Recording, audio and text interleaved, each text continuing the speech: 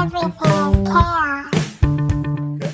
Hi, I'm Cass. Hi, I'm Kayle. Welcome to Rooted. This is episode 2. Dose. Okay. Intro done. We'll crop that later. Yeah. It's here. We got it. Okay. So I'm grumpy today. Me too. I'm grumpy. So there's that, which is a fun time to do a podcast. There's something about this too. I've been grumpy for like 3 days, I feel like. And I think there's a lull between Christmas ending and New Year's happening. Yeah. Where like our idle hands and mind are just the devil's playground. For sure. And I think because as parents, leading up to Christmas, we are in 100 miles an hour, pinch every penny, make sure we can do all the things for the kids, make sure we have the tree. Like there's so many deliverables. There's so many line items we have to do in our minds, right? To make Christmas what we want it to be. And then it comes and then it's gone in 24 hours. Right.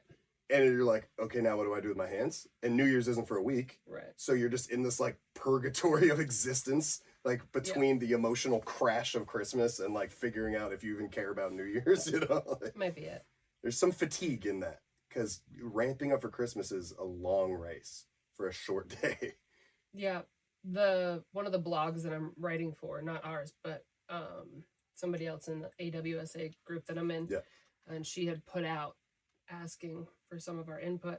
She just called it the void. And I was like, that's exactly it. And it really is that we're in the void. I am grumpy. So the grump, how has that played out in parenting while maintaining your faith posture? It's funny. I spent the day-ish writing a blog today, actually. And I had child visitors repeatedly. Obviously, we homeschool, but it's Christmas vacation. So I kind of figured they'd be doing their thing for part of the day. And I got more visitors. And really, I'm grateful for it because I don't get enough time with the kids. I'm always doing something. And so the dream was write blogs, write a book. You do things that make you feel full, right? And get the time with the kids. But I am spent from Christmas and I'm in the void. And I'm like, oh, man, I just need to like woosah. And like hide. You literally sent me a house for sale in France yesterday. I think you want a break. It was built into a cliff. Was the point. The wall was a cliff. Just saying. Anyway, I had a really good talk with Elijah today, and it started out.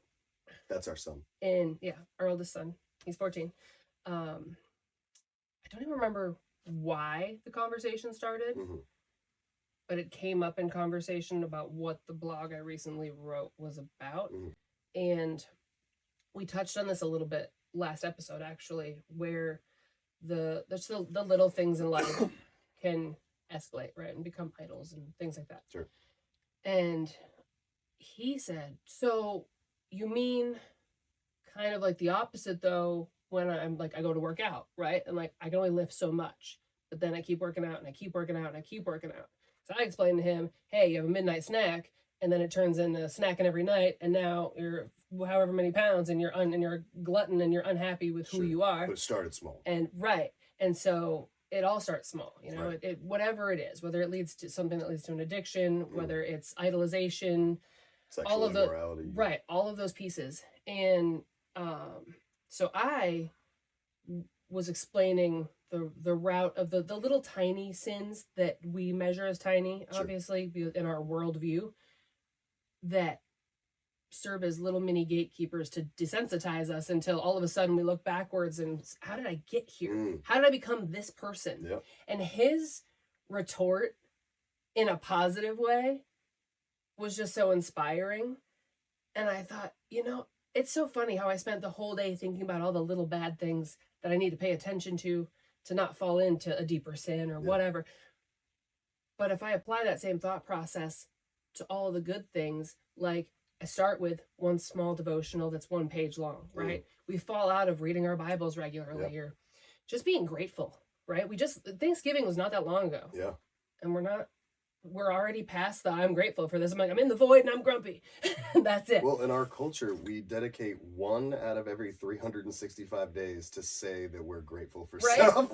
Right. It's not a way of life. It's not a heart posture. We literally have to stop what we're doing to take a day to be thankful because it's not our default setting. Right. And that's it. It was a heart check for me. Sure. because I am grumpy and the kids are getting under my skin. Meanwhile, our 5-year-old Hazel is making us really cute cards, and you know, Scarlett is busting her butt out there trying to make sure the dining room looks nice after many holidays of destruction that have happened. And rather than being grateful for how good our children are and the fact that we have any, and that there's a roof over our head, all of the things, I'm like, you know, I'm just frustrated.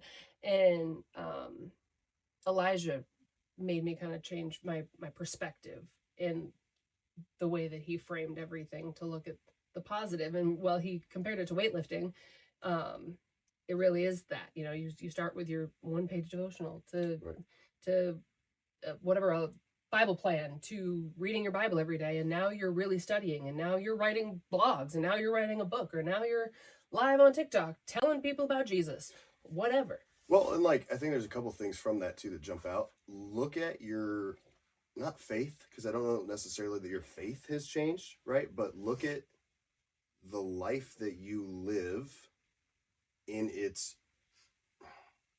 how it's tied into your faith, right? Like the podcast we were watching last night with Philip Anthony Mitchell and them. Yeah. He was saying it's not enough to come into this building one day a week and say you have faith, to dance here, to sing here, and then walk out and not have a life to match. Right. If I look at your life 3 years ago, 5 years ago, 10 years ago, the life you live today more closely matches your faith than it ever has before. Yeah. And you're not there yet. Like sanctification's a lifelong effort, right? But in the weightlifting example, you've been able to increase the weight that you're taking on in lifting, right? Spiritually, more and more and more. And the goal, as Paul tells Timothy, is that at the end of the race, we want to look as close to the person who pulled us out of the fire as we can. That's not going to happen in one day, right? Like weightlifting, it takes time. It takes the trials and the persecutions and the tribulations and the things that we have to endure so that our faith can grow and mature, so that one day we can just try to look as close as Jesus as we can in the life we live, not in our, like Philip Anthony Mitchell said, not in our external piety, right, but in our heart posture. And so that was one thing I was going to say on that, and I forgot the other two, so move on, and I'll come back and maybe. Oh, no, I know. One of the other things. Notebook. I was going to, oh, dude, it would be chicken scratch. It looked like a prescription pad. Yesterday I was out. I was in a TikTok live space, and it was like 8 different people in there, and like some people were on camera, some people weren't, some people were muted, some people weren't. It was just kind of like free for all, just hanging out kind of deal. And I noticed a couple of the people live down south, and so I turned my camera on as I was walking back from town, just on the ice roads, and everyone's like, "Is that snow? What is that?" And I like stepped in the ditch to show there was like 2.5 feet of snow, you know. And when I got back to the driveway, I propped my phone up and let them watch me shovel out that like good 2-foot ice slush nonsense at the end of the driveway, and it was cracking people up. And then it hit me, because like after, like it was one thing when we're all coking and joking, but when I left the live and it was just me, and like I wasn't listening to music, I ran out of coffee, it was just me and that shovel, I'm like, oh. Still the same perspective? No, I didn't. I was like, this sucks. I'm not having fun. And it's not like fluffy, light snow, right? Because we had snow and snow and snow. Sleep. And then it got above freezing. It rained, and then it froze, and it was like a icy outside, but feet of it. And like, it's heavy in a snow shovel. Yeah. You know, after the 400th shovel, my back's hurting, my knees are hurting. I'm like, I don't want to do this. Like, I have a couch inside right now. I could go make a coffee, go put my feet up. Why am I doing this right now? Oh, so we can leave our driveway.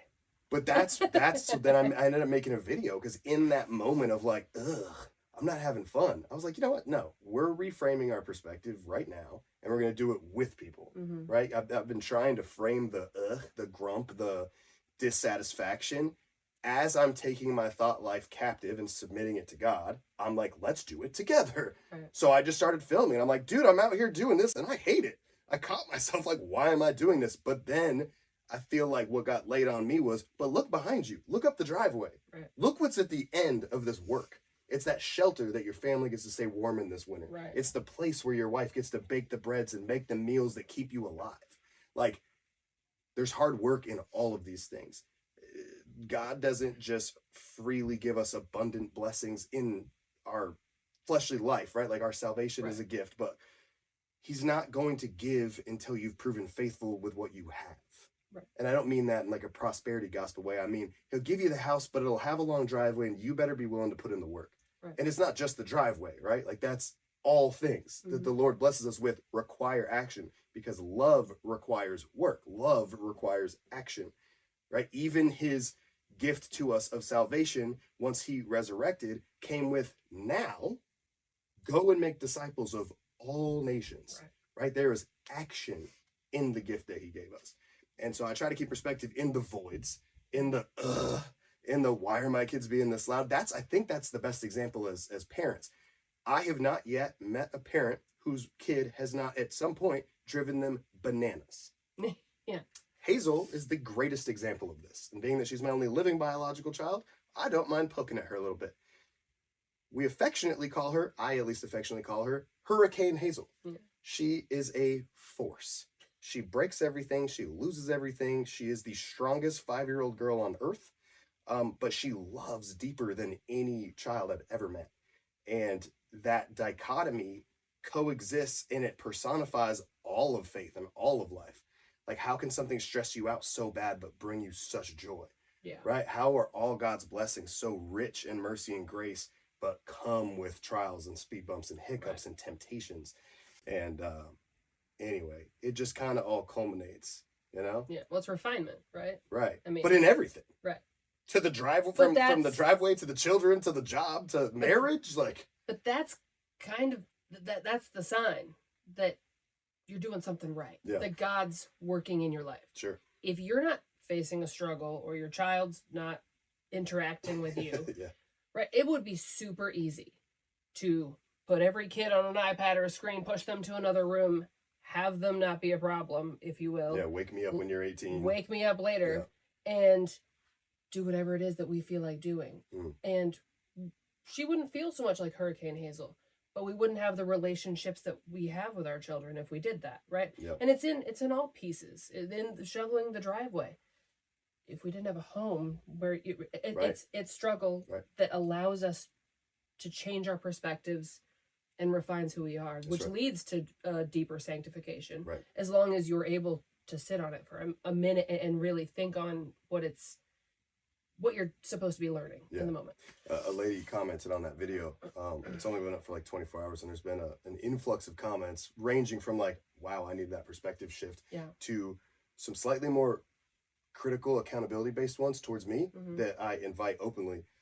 One gal commented on there and she said, and I thank God for your able body, that you're able to shovel. And I was like, I didn't even think about it that way. I thought about the fact that my house, that is a blessing, has a driveway, do the driveway work for the house blessing. And she said, how about the fact that you can lift that shovel? How about the fact that you can stand at the end of that driveway and use your legs? Right. And I was like, how many people do we know that can't do that? Right. Plenty, you know? Okay. And culturally, we really take those things for granted.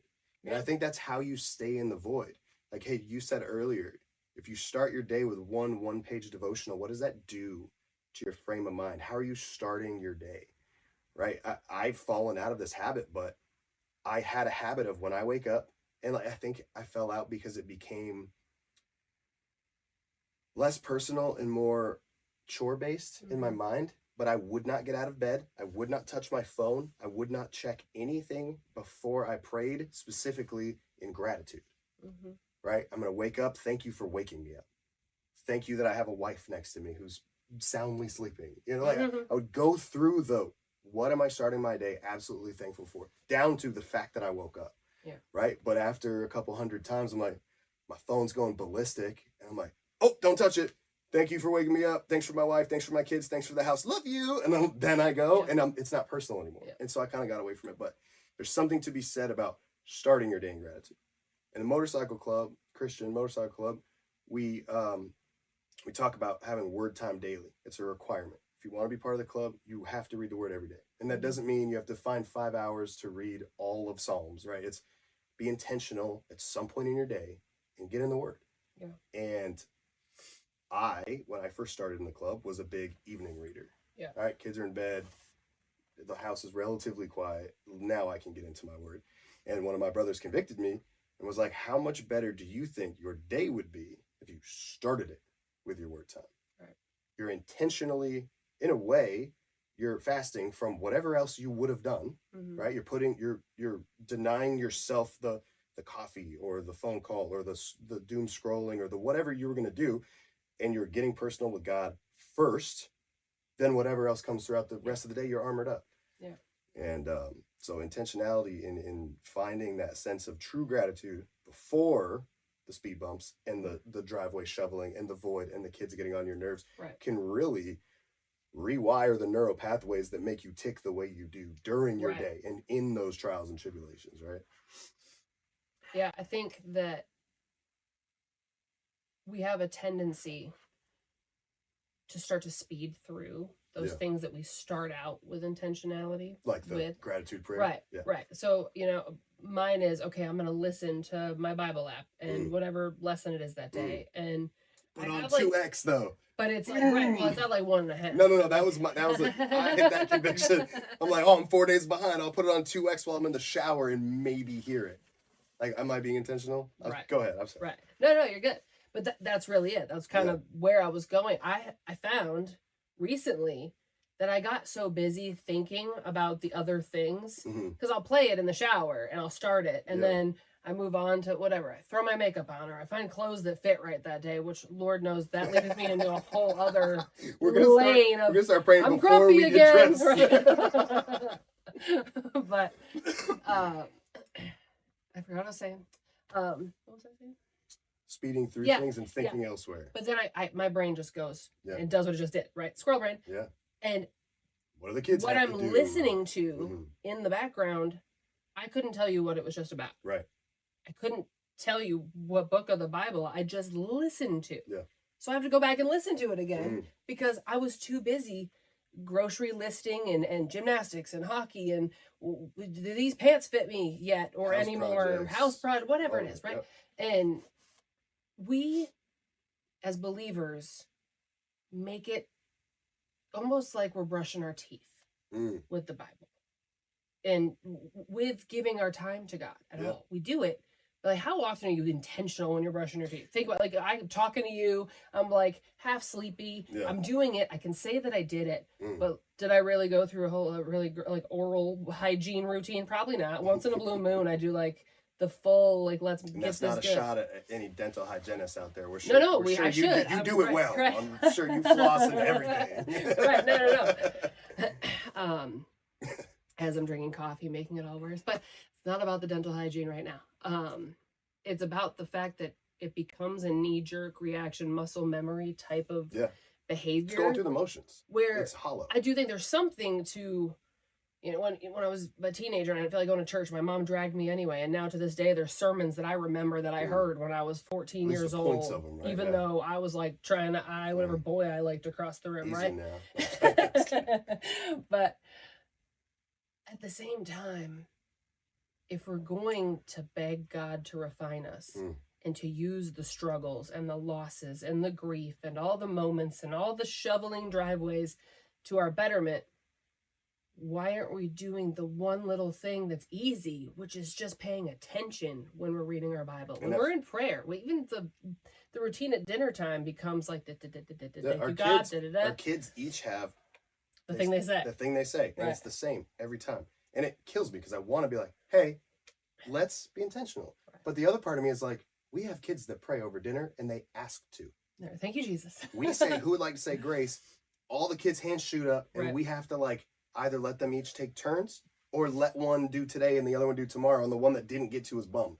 Or like, that's a blessing. We have a guest and Hazel shotguns them. Bruh. Dinner. No. Yeah, that was epic. Twice. That was epic. If you ever come to dinner, you might be praying. But no, I totally agree with you. It becomes this hollow, go through the motions thing. But I think all of that falls under this umbrella of a word that people really don't want to get on board with, especially in Western culture. Yeah. Submission. Right? Yeah. We talk about wives submitting unto their husbands, husbands submitting unto their wives as Jesus submits unto the church. I didn't mean that in that wording, so take that and throw it out. How Jesus loves the church, not submits to. Scratch. He's served, though. I mean, Jesus was washing feet. I didn't mean before he said, "Hey, by the way, I'm about to leave this earth." In an under way. Anyway, moving on. Submission in totality is a requirement for salvation. Mm. Period. Mm-hmm. To get on board with the grace and the love and the mercy of God, you have to abandon your plan by submitting to his. You have to let go of your will by submitting to his. In every roadblock and fork in the road of your life in this journey of faith, it requires submission to him. Right. And so, like, taking time to be intentional is a form of submission. Hitting 2x, tossing your phone on the counter and going and doing your makeup in the corner is not submission. It's a check in the box. Yep. And in this country, in our age group, 90%, I would stake money on that. 90% of the time spent towards a relationship with God is more of a check in the box than it is true submission. Right. And I'm guilty of that. Right. You're guilty of that. Right. We all do it. Yep. Right? And I hate that. It sounds like I'm hating on America, right? But like in this we don't struggle the way lackadaisical, we do, don't right? struggle the way other countries do. And I'm not saying people here don't struggle. I'm saying We all have culturally, it's just different here. I have brothers in the club in Nepal where speaking the word of Christ out loud is a jailable crime. Yeah. Anything that can be construed as a conversion tactic puts you in jail. Yeah. And we ride around with Christian on our back. Right. Like, it's not a far reach to say that just wearing club colors can get you arrested in this country. We don't have to deal with stuff like that. We don't have that level of persecution. So for us, we've created this distraction culture. And maybe the enemy created this distraction culture and we're just so dumb that we fell into it too. Right. But when you're talking That's about sin. when you're talking about the things that you're distracted by, almost none of those things matter. House projects are going to happen when house projects happen. Hockey is at the same time that it was on the calendar for last week. Yep. It's going to be there. It's not going anywhere. Yet, we allow all these stupid things, scrolling. How many notifications do I have to respond to? How many comments do I have to respond to, get to respond to? Whatever. We fill our mental capacity, our like milk jug of what we can fit in there with all this crap. Right. And then we go, oh, how would I have had time to do my Bible thing? How would I have had time to find quiet time with the Lord? It's like, maybe we just don't worry about the stuff that brings us nothing. Right.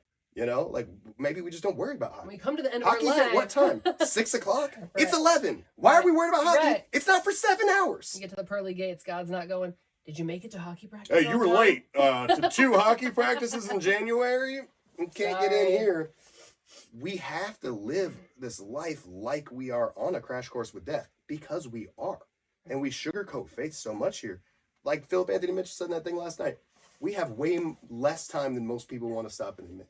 Yeah. And whether that's till Jesus comes back or till our time here expires, our time is fleeting.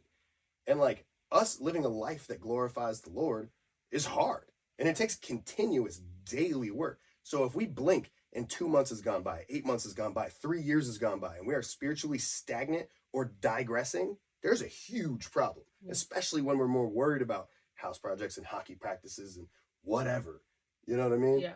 Like, we don't put intentionality and submission into our relationship with Jesus. Right. We don't. And like, I was raised in a way that as long as you say Jesus is Jesus, you're good. Nothing else matters. You don't have to live in any kind of way. You don't have to sacrifice anything. You don't have. How'd that work for you? And I'm not, because obviously this is ecumenical. There's people from all kinds of different denominations watching this. So it's like, I'm not saying your salvation is dependent on any kind of legalism. And I'm not saying you can earn it, because you cannot, right? Salvation is a free gift. But the Apostle Paul tells us that Jesus said that we were saved by grace through faith so that we could perform the great works that he ordained for us long ago. I just like put 5 different translations together. But the point is like, were we saved by works? No, right? We were saved by grace, but we were saved by grace so that we can now go do the things that he wanted us to do and planned for us to do before we were ever born, which means that salvation requires intentionality. It requires sacrifice. It requires us going out of our way to do the things that the Lord would have us do. And how are we going to know that if we spend our whole lives looking introspectively into this jar full of nothing that we've packed in there and not giving God the time of day to even ask, to even stop and say, what would you have me do today?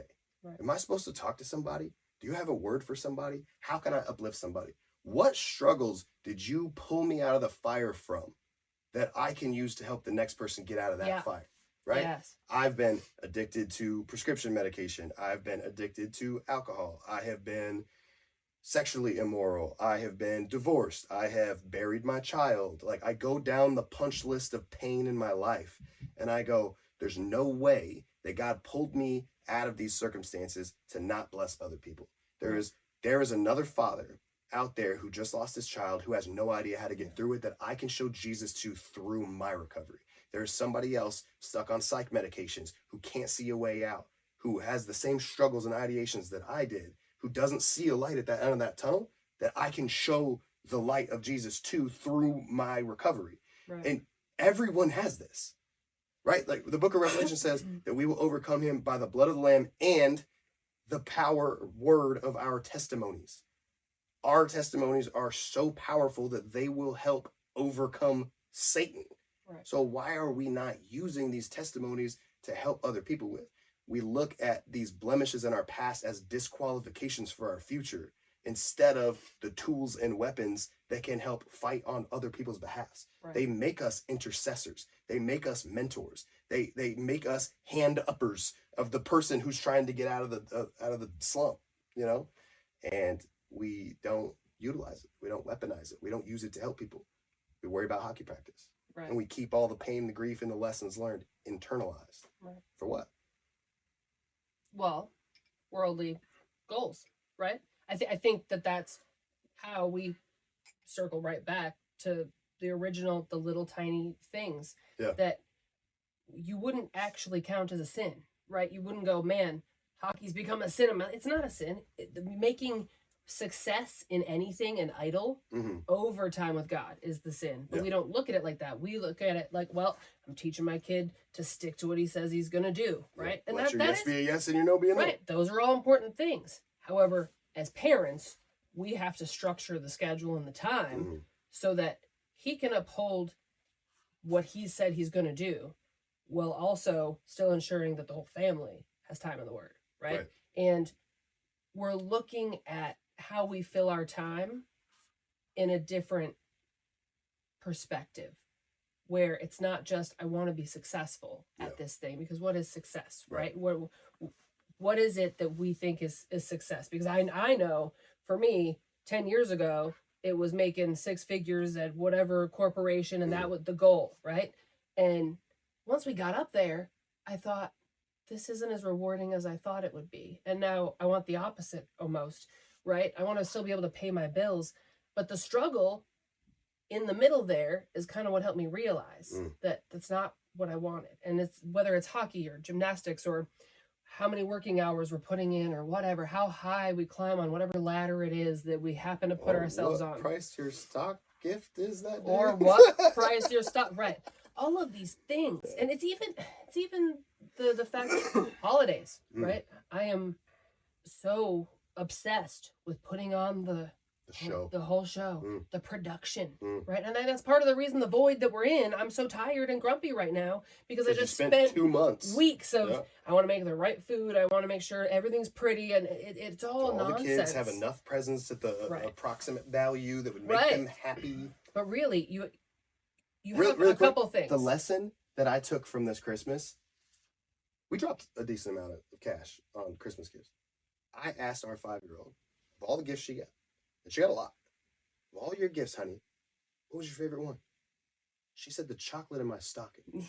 The closest to free thing that we provided her brought her the most joy. We lose perspective as adults of what brings people, what is happiness, right? It was the chocolate. You probably spent $2 on that. Even Elijah, all the hockey equipment and all the stuff that like cripples us. His favorite thing was a jean jacket. And I'm like, really? Okay. Well, that's great. I love that. Good to know next year. But you have a couple perspectives and sides of the spectrum where you're looking at the servanthood that you were talking about, serving others, serving God, and all of those things that we put in our piles that are pulled slowly but surely over to the success pile really can go right back into the servant pile. The problem is the enemy works in our lives daily, and we slowly, oh, I want more money. I want to be good at this thing. I want to be, I want to look good in my clothes, so I become obsessed with how fit I am, whatever, right? All of the things that are that we could be using in a servant leadership, servanthood manner, we let it get pulled from the little tiny things, all the midnight snacks of our thoughts, if that makes sense. That's a t-shirt. I like that. I won't remember what it's about in a week. Right? Why are you talking about midnight snacks of our thoughts? Of our lives? What does that even mean? So I say this all the time, and probably just because we were both in the Navy, but I always use this example, and I feel like it's the most accurate analogy I have in my head. But like when I was on my first ship, my only ship, we were in Mayport, Florida, in Jacksonville, right? And we would go on deployment, we would go straight east, and we would hit Sao Tome and Principe. I'm probably not pronouncing that right, but Africa. God bless you. Africa is shaped like kind of like a kidney bean, right? And right in like the crease in the center, there's a group of islands, and we'd stop there to get gas. Yeah. And east to west, it's a pretty straight shot. So we'd leave, and because of rules of engagement and whatnot, it would take us 2 weeks to get to this island, give or take, by a day or two to get gas. And we had to check our bearing. We had to check our heading constantly. Yeah. Because, you know, we have GPS and stuff now, obviously, but you still have to check the bearing that you're going to get to your destination because you can't see it yet. Right. Right. And like this is personification towards the faith journey through life, through goals, literally all of it. You're going towards a goal you cannot yet see. Yeah. You know the general direction you have to go to get there. You'll make adjustments along the way, but you know, for the most part, you have to stick to this relative bearing. But if you're 2 degrees off course, left or right, for the course of the entire ocean, over the course of 2 weeks, you're not getting close to Sao Tome. Right. You're going to hit South Africa. You're going to hit Norway. You will be so far removed from your goal, from where you were supposed to finish that race, it will be unrecognizable. But it starts with 2 degree, being off by 2 degrees, which on a gyroscope or a compass is fractional. Right. It is almost hard to even notice at first. But over time, with enough compromises, with enough, it's not that far off. Right. It could, I mean, I'm not 10 degrees off, right? I'm mostly going in the right direction. Now you're in South Africa.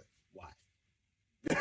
Right. You're bad. The irony of that is that if your heading that you put in is anything other than God's plan, you're off course anyway. Ooh. Because when you're putting, I'm going to make this much money, I'm going to be successful at this thing, I'm going to be the leader in my church, I'm going to be whatever it is that I think my plan is, you're already off course anyway. Scripture ringing in my mind says, I love when that happens. Scripture ringing in my mind says,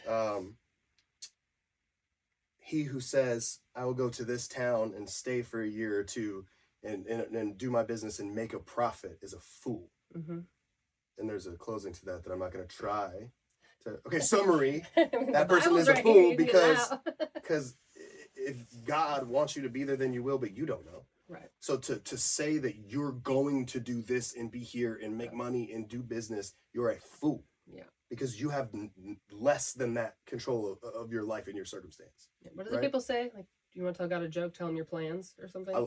How many t-shirts are we going to make out of this? I like that too. I didn't come up with that one. I don't care. It's a twist. Is it copyrighted? I don't know. That's going to be a flat bill. Somebody tell us. I don't know. No, it's true. And we all do it. And like you were raised differently than me. You were raised predominantly for the majority of your childhood in a God-loving, God-fearing home. I was not. If you asked my parents on a sidewalk, what religion would you guys say you follow? They'd say, oh, we're Christian. And they'd be like, what flavor? And they'd be like, Protestant. And like, that's the end. There's nothing more. Yeah. It's surface level, moral do-goodism Christianity. If I believe in Jesus and I'm a good enough person, that's all I need. Yeah. Which is America. Well, the truth of the matter is nobody's a good person. Oh, 100%. Good luck. Like Paul, dude. People revere Paul. Paul Revere. Boom. Paul wrote 2/3 of the New Testament, right? And half of that ish, he was in chains for, and he was still writing and exemplifying servant leadership, right? But Paul self-identified as the chief of sinners. He never claimed to be anything. He claimed that his life was like a wisp. It was here for a moment, and then it was gone. And he was nothing. And he was the worst of all sinners on earth. And he basically built the modern church with the help of the Holy Spirit. Right. And so for anyone to think of themselves highly enough to pick their own heading or their own destination is just crazy tough. And I did it for 30 years. But that's, I'm going to be this. I'm going to do that. I'm going to accomplish this. That leads back to the struggle. Yeah. Because we're going, no, I want to go this way. And God's going, no. But that's going to hurt. That movement hurts. You're going over speed bumps now. God's pushing you back. And you're like, no. God, listen, I know. Okay, I'm supposed to have this position at this job. I have to get this degree. I have to be talented at these 17 things. I have to look online like I'm the perfect parent. My house has to look pretty. Better Homes and Gardens it. Whatever. I don't know. Whatever the thing is that we idolize, right? We look at things and go, oh, this is nice. So when we are saying, hey, I'm putting God's plan in my heading. Yeah. So and I was in a part of my life for years where even as a Christian, as a believer, I was raised to make smart decisions, right? Like get good grades, try for high honor roll, whatever, right? And in that, I started to build my own little fort around myself of this is what I'm going to do. This is how I'm going to succeed. This is what my life was going to be. And, I was at a point, I didn't even really want children. I wanted to be corporate, whatever, right? And that's really just this safety net that I found Comfort out zone. what I thought I was good at, which is really like following directions, I think, which is ironic because I really hate being told what to do. But if I know what the end goal is, I'm fine with taking the Lego steps that they give me in the book, right? But anyway, now at a different stage in my life where I went, oh, I didn't put God in the heading. I put him there, but I still have my midnight snack thoughts, right? That then they're fueled by emotion, right? Sure. So you have emotion and God-given emotion. It's a good thing. We're supposed to have feelings. It's how I love you when you put the clothes on the floor next to the hamper. I've never done that. but hanging on to those emotions in an unhealthy way leads to thoughts that are not healthy, which leads to actions that are not healthy.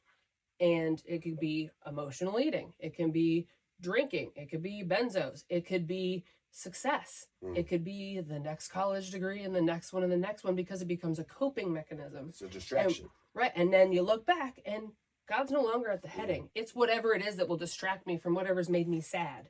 When the struggle that was making me sad was actually put there to guide me back to having God at the heading. But I kept forgetting. Someone once said somewhere. Someone said somewhere.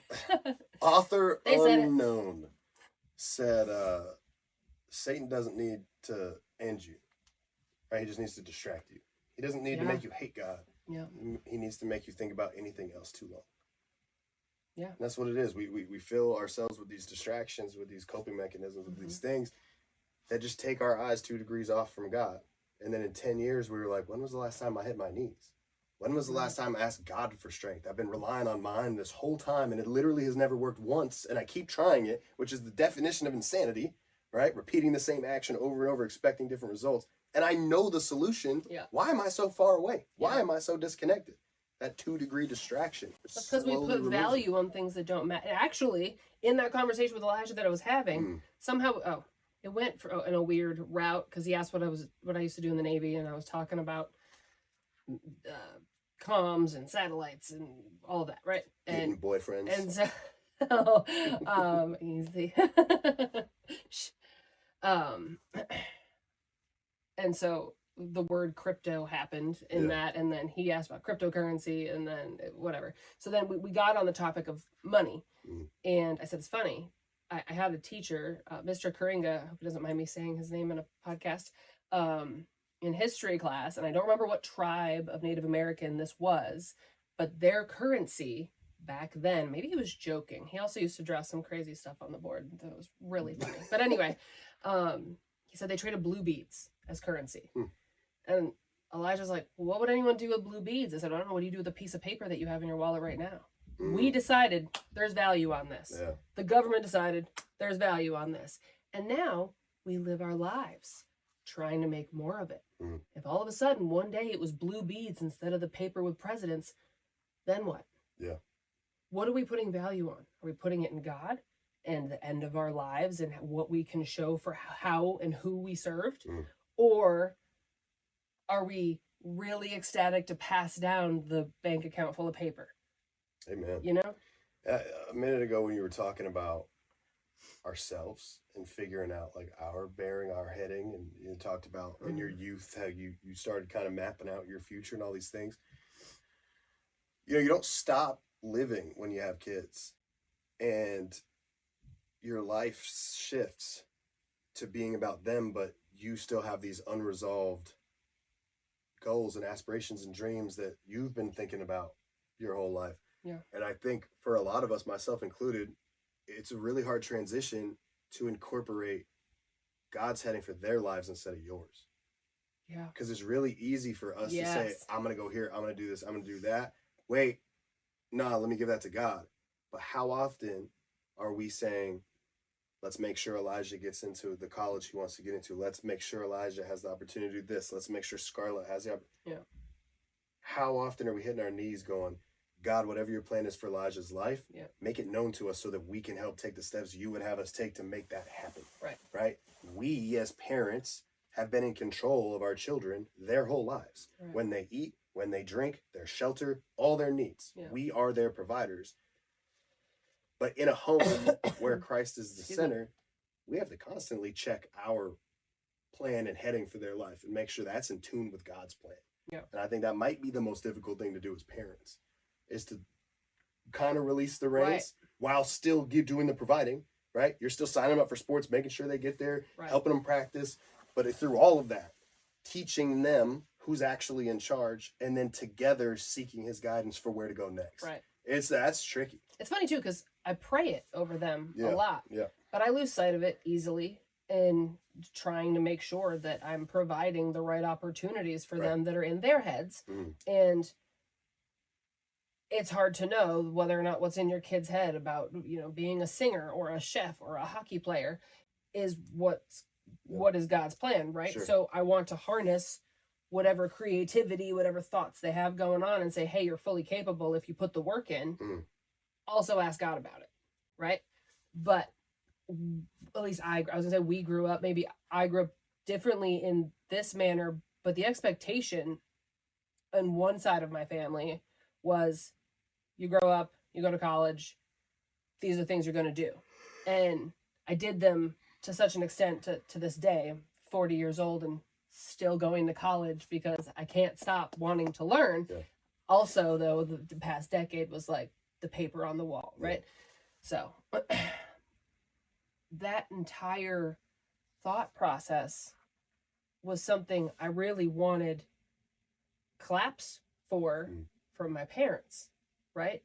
And not long before my mother had died, as you know, I was really upset because I finished my master's degree and I didn't really get much of a reaction out of her. And so finally I called her in the same year that she died. And I said, I don't understand why you don't seem very proud of me for doing this. And she's like, oh, Cass, I've always been proud of you and I never doubted that you could. I'm just nervous about what you're doing it for. And it didn't resonate as deeply in that moment. Hearing her say she was proud of me for it really hit harder. And it makes it sound like she never told me it didn't matter what I did. I rode a bike, I wrote an essay, whatever I did, my mom would oogle over me about everything I did. Maybe that was the reason. I'm like, I finally did something real that matters in my mind. And I wasn't getting the, oh, you're amazing. And so I was confused as to why I wasn't receiving that from her. But after she passed, what mattered really started to stick out to me because I no longer had my mom there to be a sounding board for all the little things. And so perspective started to sink in with, you know, an extra gin and tonic or two. Well, you got a second perspective too. You got a weird, vulnerable, raw insight to what she was actually praying about. Right. After she passed. Yeah. When your stepdad brought you her prayers. Yeah. And you were saying, Mom, I got my master's degree. She was praying, I hope Cass and Kayle find a God-honoring church. Yeah. And that they have God in their homes. Yeah. Right, because she saw the idolization that was happening. Yeah. In my mind, there's nothing wrong with that at the time. Right. Because I wasn't doing anything. I wasn't murdering somebody. I wasn't out sleeping around. I wasn't doing things that you shouldn't be doing on paper according to the world that we live in. Mm-hmm. I was getting a degree. That's wonderful. Mm. But it was my idol. Oh, yeah. It was something that was causing pride. But pride comes before the fall for a reason. It compromises at almost every other turn. Right. 4 a.m. nights getting papers done turns to slight neglecting on this end and not taking care of that. Well, yeah, and then I'm tired and I'm grumpy with the kids or whatever, right. and it's a cycle. Right. There's nothing wrong with going to school. No, certainly. And now, I was booted out, right, for a while because I wasn't showing up after my mom died because I lost sight of all goals. But there's a means in which I stopped caring about what anyone thought in the world around me, and I started to care what God thought. Right. And the moment that my perspective as a mother, as a leader, as a wife changed, I was allowed back into the same exact college to actually use this for ministry now, to actually take it and say, okay, this is what I'm going to use this for. And I think that is the biggest difference too, right? It's not just that you don't care what the world thinks and you care what God thinks. You went from, how can I call myself Dr. Rivers, right? No offense, to how can I weaponize this education to serve the kingdom? Right. And since you've been back in school with a different heart posture, which it's only been a month, maybe 2. It's been one semester. How many things have fallen into place for you in ministry? All of them. You have podcast airings coming up out the yin yang for other people's podcasts. You've written numerous articles, your book's out. Like, everything in ministry has just boom, boom, boom, boom, boom, boom. And all you had to do was submit. Right. Fully. Right. Not partially. Not, God, I'm going to give you this part, but I'm going to figure this out. And it is servanthood, right? Because none of the articles, none of the blogs, none of the anythings are, like, I'm not making any money off of any of that. Right. So it's all, I have an opportunity to say something that might matter to at least one person and make a difference. I'm going to do that today. You're using I'm your going to take gifts. my day and write something for somebody instead of worry about how I look to other people or try to make an extra dollar or whatever it is. And I have set back into myself and said, okay, well, God will provide. Yeah. I know this. I know that if I'm taking my time now and using it for ministry and using it to homeschool our children and lead them towards God, that God will provide in those areas of my life. And it's not necessarily what I think is providing. 100%. You know, my vision is, okay, we keep the house and the car I have. Maybe that's not the provision he's going to provide. For all I know, I'm going to blink and I'm going to have a smaller house and a smaller car or whatever. Might even be in Mongolia, for all you know. Sure. Right. In the club, we tell people when they come in that there's a couple things that are just important in the life of a Christian man, right? And the fourth one is giving. And a lot of people, especially in America, get caught up on that, like we're asking for money. Yeah. But we specifically, it's a full sentence, it's not a word. It's giving of your time, talents, or treasures, right? Treasures being your finances. Right. What you're doing right now is giving of your time and talent, right? And you could say treasures by the fact that you're not working on an extra contract that could pay you money. You're using your giftings that the Lord has bestowed upon you instead of trying to get a title, get a piece of paper. You're using it to try to uplift, encourage, edify, and bring Jesus to people where they are, whether that's in this magazine or on that podcast or on this billboard in Times Square coming up or in your book or whatever. You're devoting your time and using your giftings for others, which is servant leadership, right? I spent the first 30 years of my life using my extroverted personality and my ridiculous good looks, lack of fear to flirt with anything to get what I wanted to do. To do what I wanted to do. Yeah. Right? To open the doors I wanted open even when they were closed. Yeah. And so I like to say I did what I wanted to do for 30 years of my life. If I'm fortunate enough to get 30 more, he has all of them. Right. Like, let me use whatever personality you gave me to glorify you, to bring people to you, to pull people out of the fire. Let me use my gifts for you only. I don't ever want to be back in a situation where I'm playing games with my gifts to make money, or I'm playing games with the things that the Lord has blessed me with for personal gain only.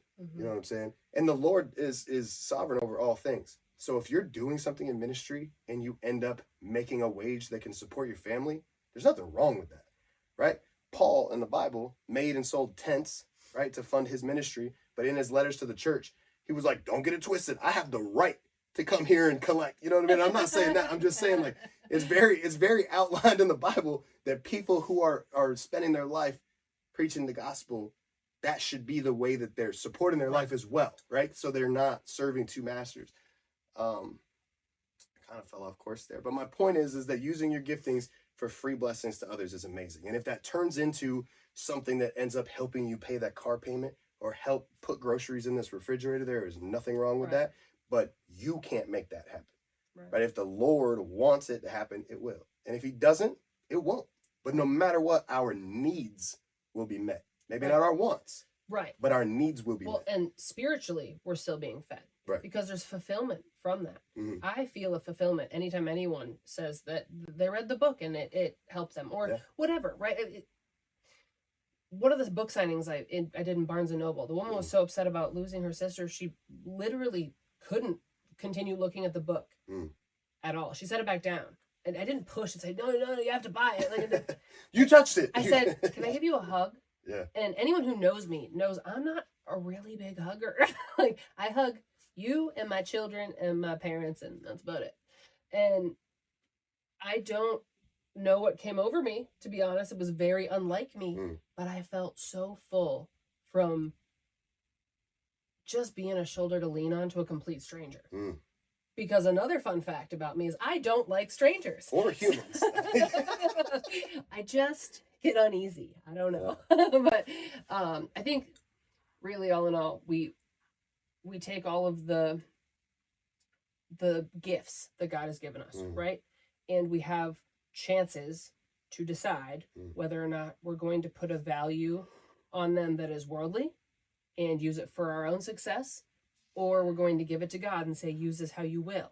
And in that, when we say, all right, God, you're at the head of all the gifts that you have given me, thank you, there's going to be struggle along the way. Yeah. And with those little struggles, as long as we're checking ourselves over and over and over, the midnight snack thoughts, in those self-checks, we won't be able to go that far off course, right? But if we're not self-checking, even if we stated we're putting God at the head, we're still going to end up off course otherwise. And there's a parable about this, right? And maybe it's not directly about this, but it's what hit me while we're talking about it. When Jesus is talking about the master who gives the guys each one denarius. Yeah. And he's going out of town or for whatever. And first one takes that gift, right? That investment from the Lord, and he goes and makes a profit on it. Right? And the way I'm looking at that in the terms of this conversation is God gave you gifts to reach other people. So when you get to the gates and he says, what did you do with the gifts that I gave you? If you can show him 10 people who you brought to him by that gift, that's what I'm taking from that parable in this conversation. Compared to the other guy who buried it, right? Right. So the next guy, he had the one denarius. I think he turned it into 5 or 6. Right. He still multiplied it. Right. And God praised him equally. Yeah. And I think that's a big thing that jumps out. He didn't go, well, why didn't you get 10? Right. He said, you did what you thought what you thought I wanted you to do with that. And you've shown a return on my investment. Right. I gave you something and you brought me back more. Right. When he tells us to go out and make disciples of all nations, we should get to the gates and go, I brought him.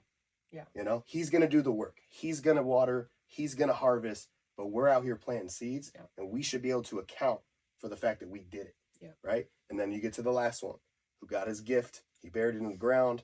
Master comes back and he's like, hey, what'd you do with my gift? What'd you do with my money while I was gone? And he said, I'm afraid of you.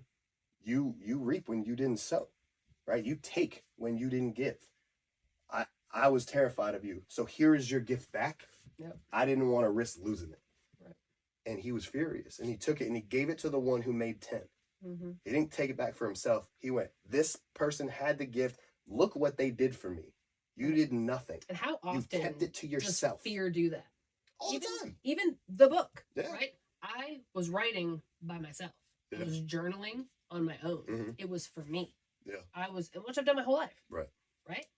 I would have never imagined putting it into the world, even though when I was younger, I wanted to be an author. I wanted it, right? Well, that's different. This is different. But it was this personal. is vulnerable. It was personal. I'm gonna pour my drink. Keep talking. So, that was my fizzy water. You No, it wasn't. thief.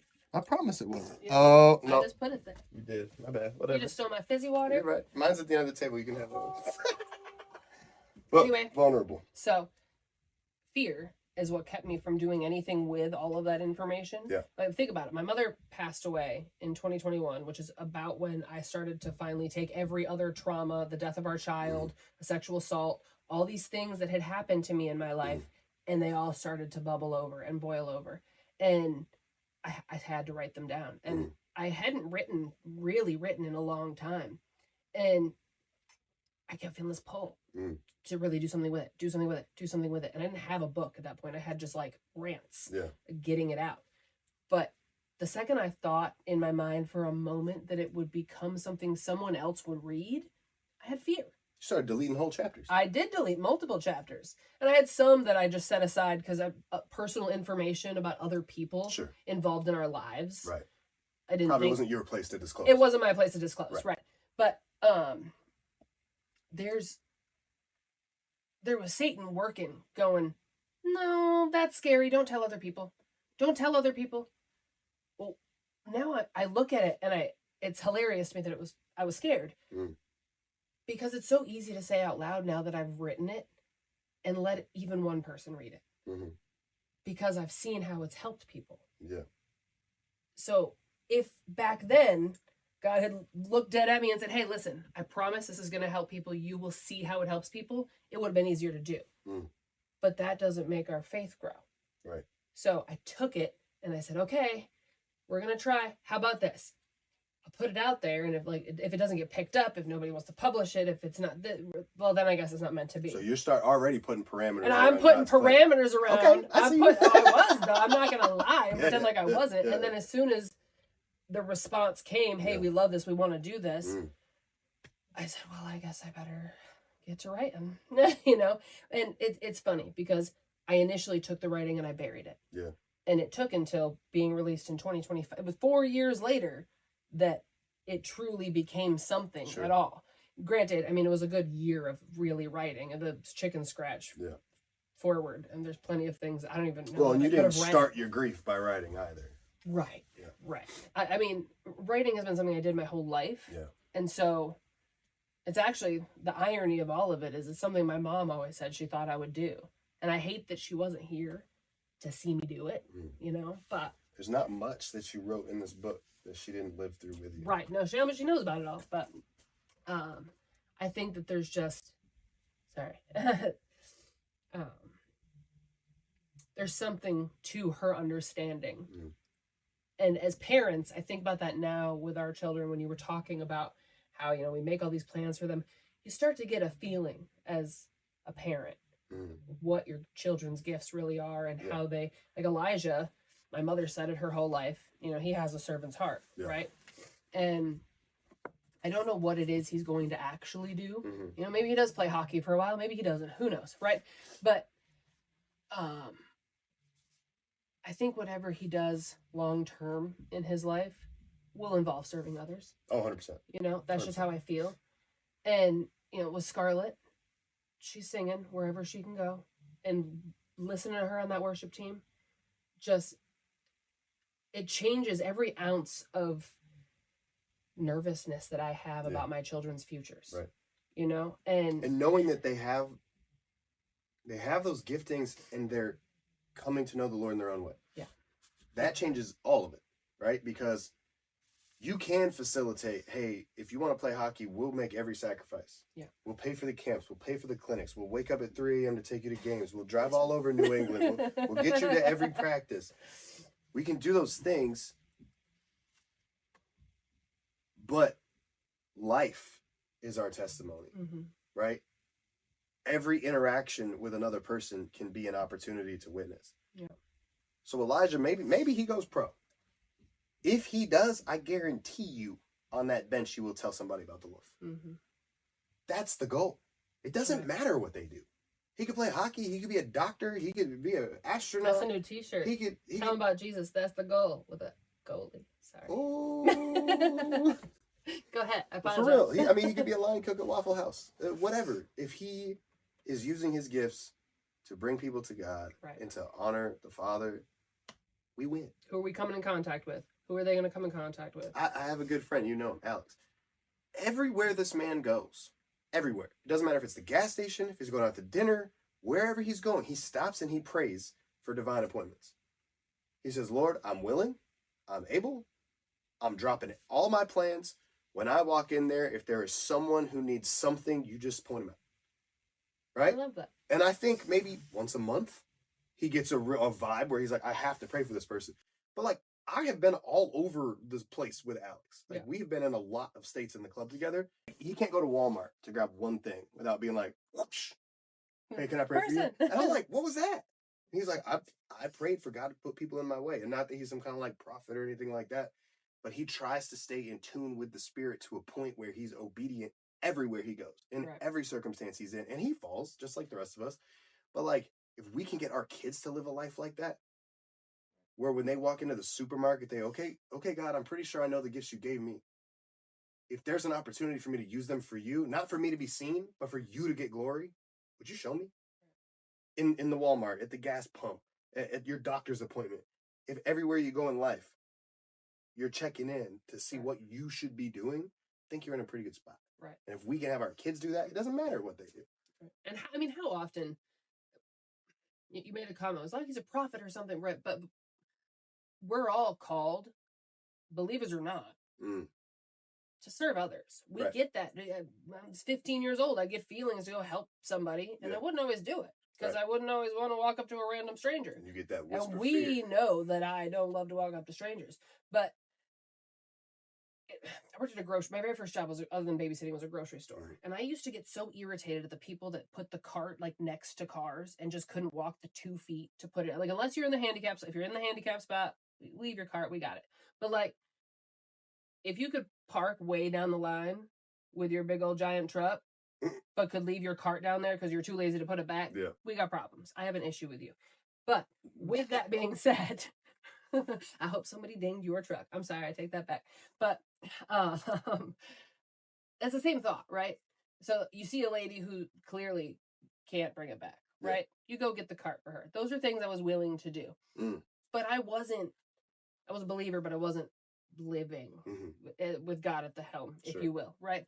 And so we all have those pulls. It's not even just, hey, God, give me a person to serve today. God gives everybody people to serve regularly, believers or not. And we pass up opportunities so often. I know that I do, because I'm introverted in that way. Even doing this, it takes a lot for me to do what we're doing right now. The podcast alone, then you add a live stream on the side of it, and my brain has to go. Last time I looked, there's only 2 people. If that I makes love you feel that. Yay, 2 people. It was probably because the mic was off forever. Nobody's here.